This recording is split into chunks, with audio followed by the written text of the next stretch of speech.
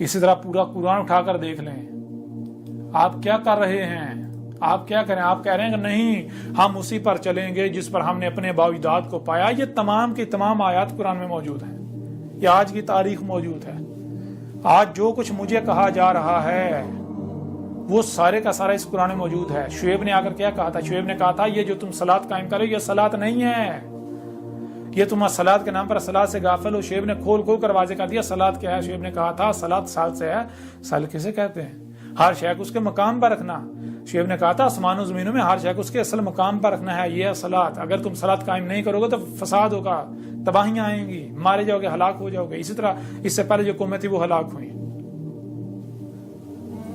تو یہ شعیب کا ذکر ہے نہیں، یہ آج اللہ کے رسول احمد عیسیٰ کی تاریخ ہے شعیب کی نسل سے۔ وَلَقَدْ صَرَفْنَا لِلنَّاسِ فِي هَذَا الْقُرْآنِ، صرفنا پھر کا ہر پہلو سے کہیں پر اس قرآن میں میری تاریخ عیسیٰ ابن مریم کی صورت میں پھر کا سامنے لا رکھی گئی اس کی نسل سے، کہیں پر نوح کی نسل سے، کہیں پر ہود کی نسل سے، کہیں پر صالح کی نسل سے، کہیں پر شعیب کی نسل سے، کہیں پر لوط کی نسل سے، کہیں پر موسیٰ کی نسل سے۔ اب کیا کریں گے؟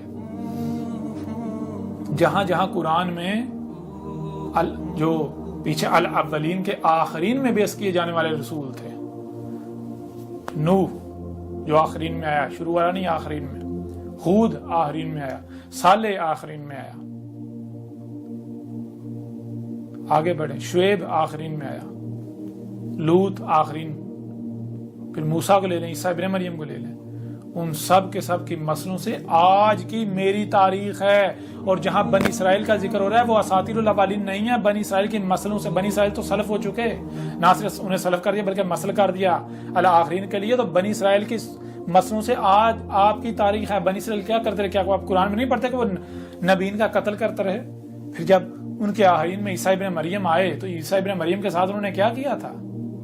وہ اساطیر الاولین نہیں ہیں، وہ آج کی تاریخ ہے نسلوں سے۔ جب آپ اس الکتاب کو پڑھیں گے تو آپ کے رونگٹے کھڑے ہو جائیں گے، اور آپ مزید آپ کے اوپر یہ چیزیں واضح نہیں کی جائیں گی۔ الکتاب میں سب کچھ کھول کھول کر واضح کر دیا، بہت ہو چکا، حق کھول کھول کر واضح کر دیا گیا، بہت ہو چکا۔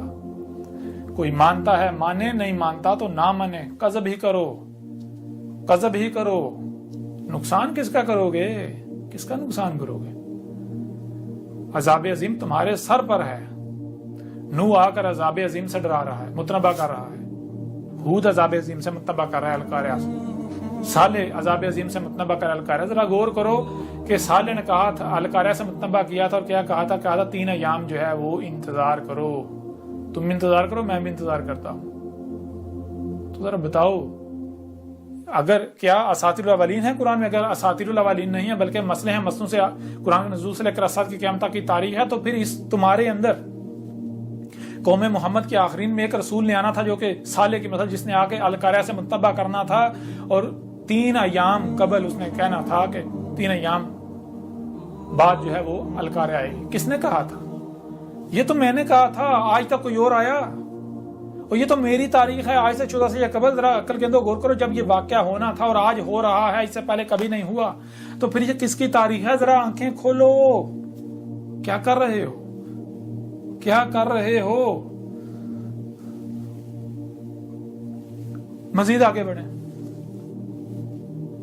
مزید ہم اتنی مزید اب وضاحت میں نہیں جائیں گے، کیوں؟ سب کچھ کھول کھول کے کتاب میں واضح کر دیا گیا۔ اب مزید ان چیزوں پر بات نہیں ہوگی، اب مختصراً کچھ پہلوں سے آپ کے سامنے رکھیں گے۔ اس کے بعد ایسا کرو کہ تم لوگ نہیں مانتے تو تم انتظار کرو اسی کا جس کا تم انتظار کر رہے ہو۔ کبھی سب کا سوانہ ہے، ابھی کچھ بھی نہیں ہوا، اور میں انتظار کروں گا ان ایام کی مثل جو ایام ان الاولین پر آئے تھے، جن میں ان کو صفحاتی سے مٹا دیا گیا تھا۔ میں اس کا انتظار کرتا ہوں، ان ایام کا۔ دیکھتے ہیں کیا آتا ہے، تمہارا انتظار سچا ہوتا ہے یا میرا انتظار سچا ہوتا ہے، اور یہ سارا بھی اسی قرآن میں موجود ہے۔ دیکھو یہ کس کی تاریخ ہے۔